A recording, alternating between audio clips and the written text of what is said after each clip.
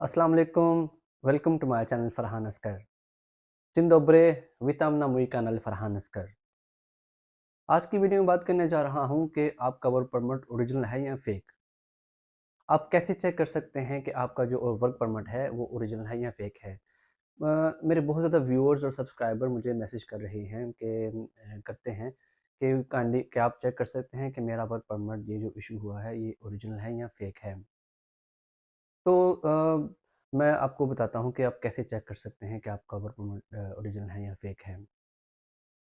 जैसा कि आप देख सकते हैं कि ये एक वर्क परमिट है। इसके 2 साइड्स होते हैं, फ्रंट साइड और बैक साइड, और इसकी स्टैम्प भी आप देख सकते हैं। अ, कुछ दिन पहले मुझे मेरे व्यूअर्स ने मुझे एक वर्क परमिट सेंड किया, उसके ऊपर मोहर लगी थी, बिल्कुल फेक, टोटली फेक, नज़र ही फेक आ रही थी। तो आपने जब भी आपका अपने वर्क परमिट लेना है तो आपने कैसे चेक करना है ये ओरिजिनल है? देखें, वो सबसे पहले तो पोलिश लैंग्वेज में होगा, ठीक है? दूसरे नंबर पे जो वहाँ पे आपका एम्प्लॉयर का नेम लिखा हुआ है वो चेक करें, उसे गूगल पे जाके चेक करें, उसकी कंपनी का चेक करें, उसकी कंपनी को की इन्फॉर्मेशन चेक करें कि उसकी अगर वेबसाइट है, वेबसाइट पे जाएँ, हो सके तो कॉल करके चेक करें। अगर आप अपने एम्प्लॉयर को कॉल कर रहे हैं तो आप उसे ये मत कहें कि आप इसलिए कॉल कर रहे हैं कि आप बताएँ कि मेरा वर्क परमिट ओरिजिनल है या फेक है। तो ऐसा करने से अच्छा इंप्रेशन नहीं पड़ेगा। आप किसी बहाने से उसे कह सकते हैं कि आप का वर्क परमिट ओरिजिनल है या फेक है। अब मैंने ऐसे भी कुछ दोस्तों को सुना है जो कहते हैं कि अगर आपका वर्क परमिट 3 साल का है, जो ड्यूरेशन है 3 साल है, तो वो फेक है। ये बिल्कुल गलत बात है। ये बिल्कुल गलत इन्फॉर्मेशन है। देखें, अभी ये जो वर्क परमिट मैंने डिस्प्ले में लगाया हुआ है, ये इसकी ड्यूरेशन 3 साल है और ये 100% ऑथेंटिक वर्क परमिट है। क्यों? क्योंकि ये परमिट मेरे दोस्त, बहुत ही अज़ीज़ दोस्त पोलैंड में होते हैं, उनका अपना रेस्टोरेंट है और उन्होंने ये अपने वर्क परमिट अपने किसी कज़न के लिए इश्यू करवाया था। तो इसकी जो जो ड्यूरेशन है वो 3 साल है। तो वर्क परमिट की ड्यूरेशन डिपेंड करता है जो आपका एम्प्लॉयर है, जब वो आपका वर्क परमिट की एप्लीकेशन सबमिट कर रहा है तो उसने कितनी उसमें डेट डाली है, 1 साल, 2 साल या 3 साल। तो ये बिल्कुल भी गलत पैरामीटर है जो भाई ये कह रहे हैं कि 3 साल का वर्क परमिट फेक होता है और 1 साल का ओरिजिनल होता है। ये बिल्कुल गलत बात है और गलत इन्फॉर्मेशन है। ये 100% कन्फर्म कर रहा हूँ मैं आपके साथ, और आप देख भी सकते हैं ये जो वर्क परमिट मैंने साथ लगाया हुआ है। ये 100% ओरिजिनल और जेन्युइन वर्क परमिट है, ठीक है? तो आप इसकी स्टैम्प भी देखें, स्टैम्प को आप ज़हन में रखें। जब आप ये आप जो इसकी इसकी आप स्नैपशॉट ले लें, इसको अपने पास सेव कर लें। जो भी भाई जिसका वर्क परमिट आ रहा है, वो इस वर्क परमिट को अपने पास सेव कर ले। जब उसका वर्क परमिट आएगा, वो चेक करे कि क्या फॉर्मेट यही है, क्योंकि देखें, जो वर्क परमिट है, वो इश्यू करती है Uzundvojevodský। इसको पोलिश में कहते हैं ज़ेज़्विलेनिया प्रासा। वर्क परमिट को पोलिश में कहते हैं ज़ेज़्विलेनिया प्रासा, जो इश्यू करती है ऊजुंद वोएवोज़की। अभी जो ऊजुंद वोएवोज़की है, ये हर शहर की अपनी होती है। वार्सो की अपनी है, वरोस्वा की अपनी है, क्रेकू की अपनी है, कैटोविस की अपनी है। तो जो कंपनी है, कंपनी का ओनर है, वो उस ऊजुंद में अप्लाई करता है और वहाँ से इश्यू करवाता है। तो चूँकि ये जितनी भी ऊजुंद हैं, वो इंटरकनेक्ट होती हैं, एक एक ही कंट्री में है, तो इनका जो फॉर्मेट होता है लिखने का, वो एक ही होता है। किसी भी ऊजुंद में होगा, थोड़ा बहुत फ़र्क होगा स्लाइटली, लेकिन कानून, क्योंकि उसी उसी कानून के अंदर वो इश्यू कर रहे हैं, जो कि टाइप ए है। देखिए, आपका जो रोल है, वो टाइप ए है, तो वो एक कानून है जिसके अंडर ये इश्यू होता है। तो कोई भी ऊजुंद इश्यू इश्यू करेगी, उस इसी कानून के अंडर इश्यू करेगी, और जो राइटिंग है वो कमोबेश सेम ही होगी। और जो स्टैम्प है, आप याद रखिएगा, पोलैंड में रेड कलर की स्टैम्प होती है।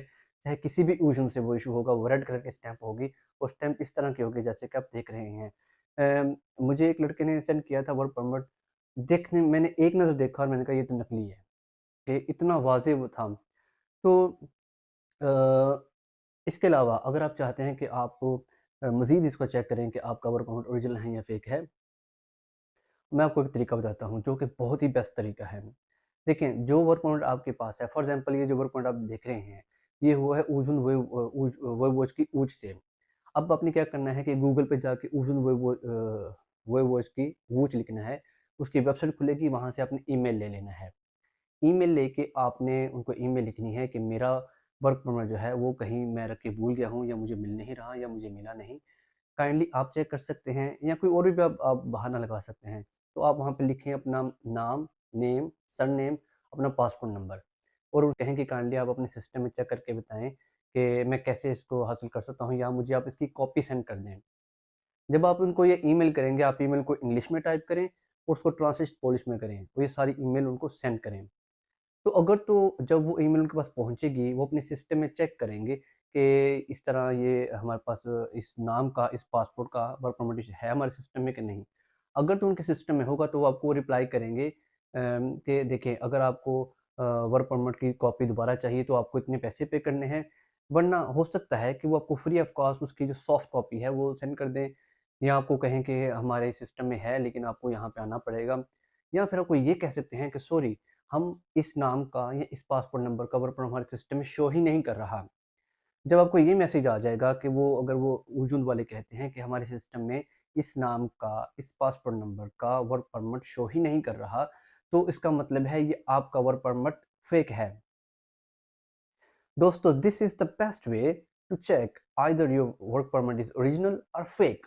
ये सबसे बेस्ट तरीका है, सबसे आसान तरीका है। आपको देखिए, ये जो वर्क परमिट मैं डिस्प्ले में कर रहा हूँ, इसको आप सेव कर लें।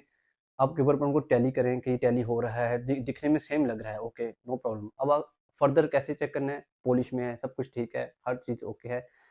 आखिरी क्या तीसरा तरीका क्या है कि आपने ईमेल करनी है उस उजून को जिस उजून से ये इशू हुआ है। आपने ये ईमेल हरगिज़ नहीं करनी कि काइंडली ये चेक करें, ये ओरिजिनल है या फेक है, क्योंकि ऐसा करने से बहुत ही गलत इंप्रेशन पड़ेगा।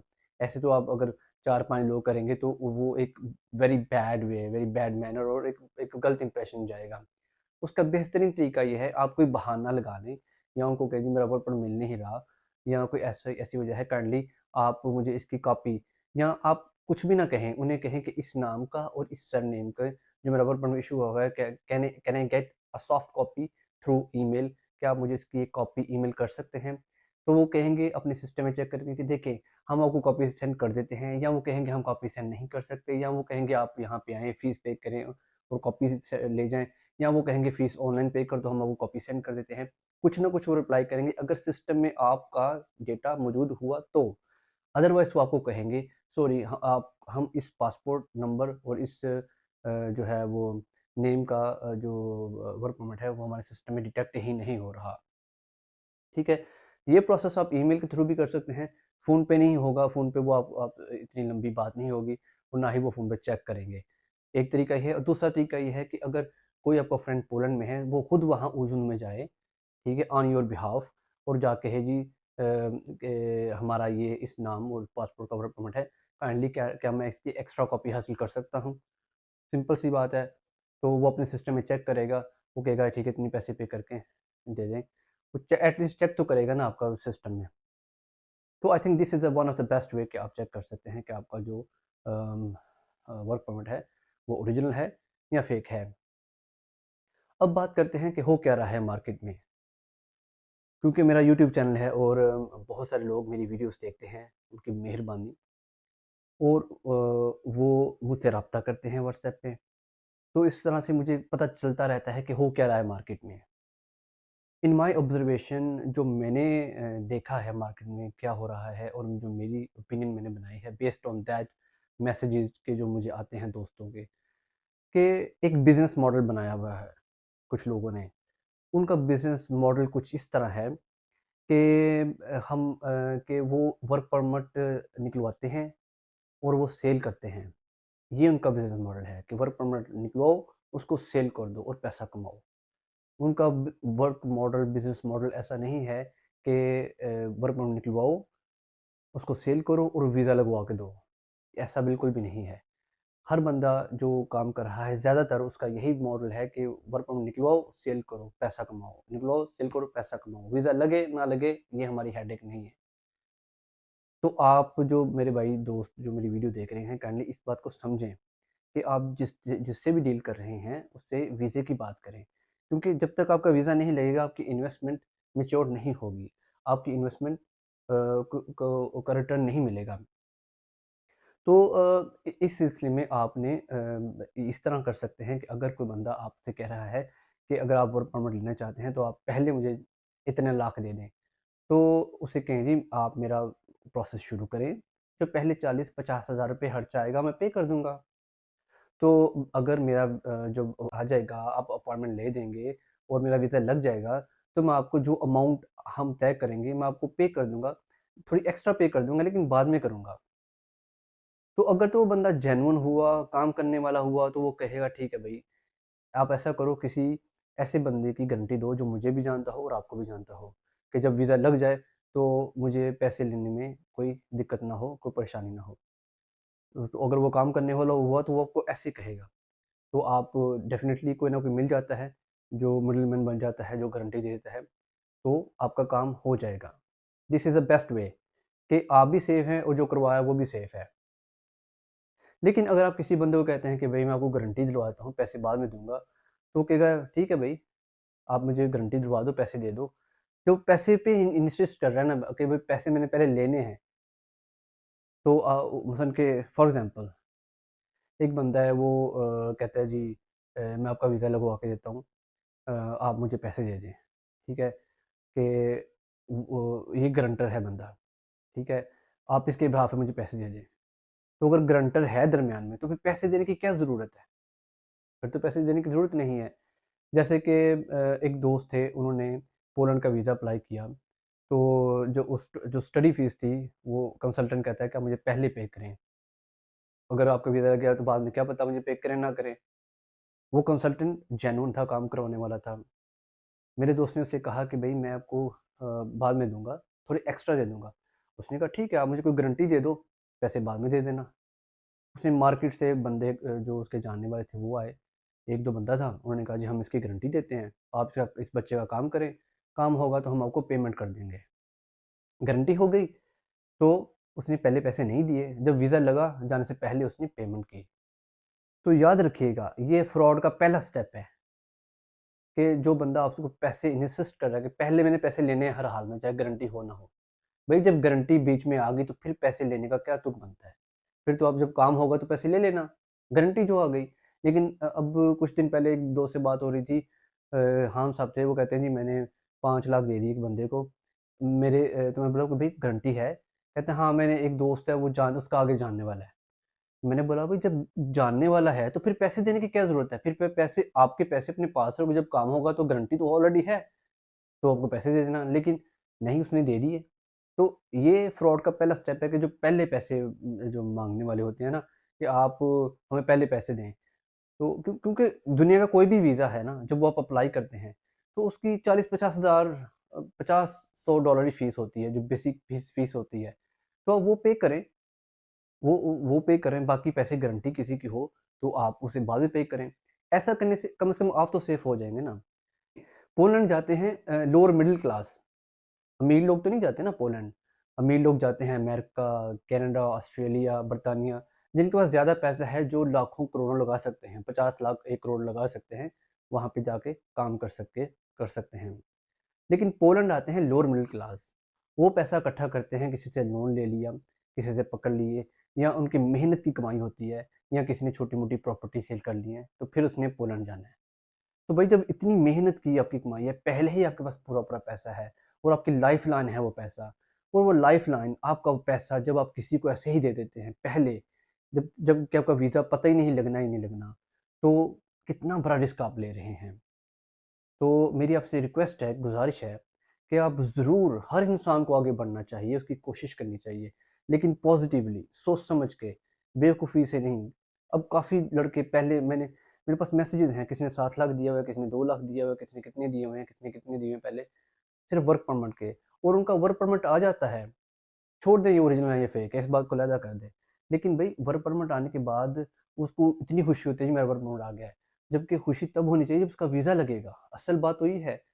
तो आप काइंडली जब भी अब अगर तो आप पोलैंड का वीज़ा अप्लाई करने का सोच रहे हैं, तो कोशिश करें आप खुद अप्लाई करें। आप अच्छी-सी सीवी बनाएँ, किसी एक्सपर्ट से अपना सीवी पोर्टफोलियो बनाएँ। अगर आपके पास कोई स्किल है, अगर आप प्लम्बर हैं, वेल्डर हैं, कार मैकेनिक हैं, डेंटल पेंटर हैं, बड़ा ट्रक चलाते हैं, कोई भी एक्सपीरियंस है और आप समझते हैं कि आपके पास वाक़ई स्किल्स हैं, आप अच्छी-सी सीवी बनाएँ, किसी प्रोफ़ेशनल से वो अपना पूरा पोर्टफोलियो बनाएँ। भई आप गूगल पे जाएँ, ओएलएक्स पे जाएँ, फेसबुक पे जाएँ, Trustpilot पे जाएँ, वहाँ पे ढेरों जॉब लगी हुई हैं। जो कंपनी का मालिक होता है, उसको चाहिए होता है काम करने वाला बंदा। उसको ना ये होता है कि किस कंट्री का है, क्या इसका रिलीजन है, उसको बस चाहिए बंदा काम करने वाला, बंदा काम करेगा, उसको प्रॉफ़िट होगा, उसकी कंपनी को फ़ायदा होगा।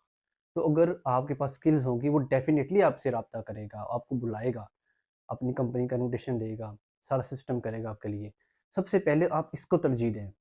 तो अब अगर आप समझते हैं कि यार नहीं, फिर भी आपको नहीं वर्क परमिट अरेंज हो रहा, तो अगर आप एजेंट के थ्रू ही आना चाहते हैं, तो फिर पहले पैसे कभी किसी को नहीं दें, चाहे गारंटी भी क्यों ना हो। भई जब गारंटी ही हो गई, तो फिर पहले पैसे देने का क्या ज़रूर बनता है। अगर आपको किसी किस्म की पोलैंड में किसी किस्म की कोई इन्फॉर्मेशन चाहिए, आप मुझसे राब्ता करें। अगर आपको पोलिश लैंग्वेज का कोई इश्यू है, आप मुझसे राब्ता करें। अगर आप किसी कंपनी से कॉन्टैक्ट करना चाहते हैं पोलिश लैंग्वेज में, आप मुझसे राब्ता करें। मैं कोई पैसे चार्ज नहीं करता। मेरे चैनल बनाने का मकसद है कि आप भाइयों की हेल्प हो और आप भाइयों को फ़ायदा हो।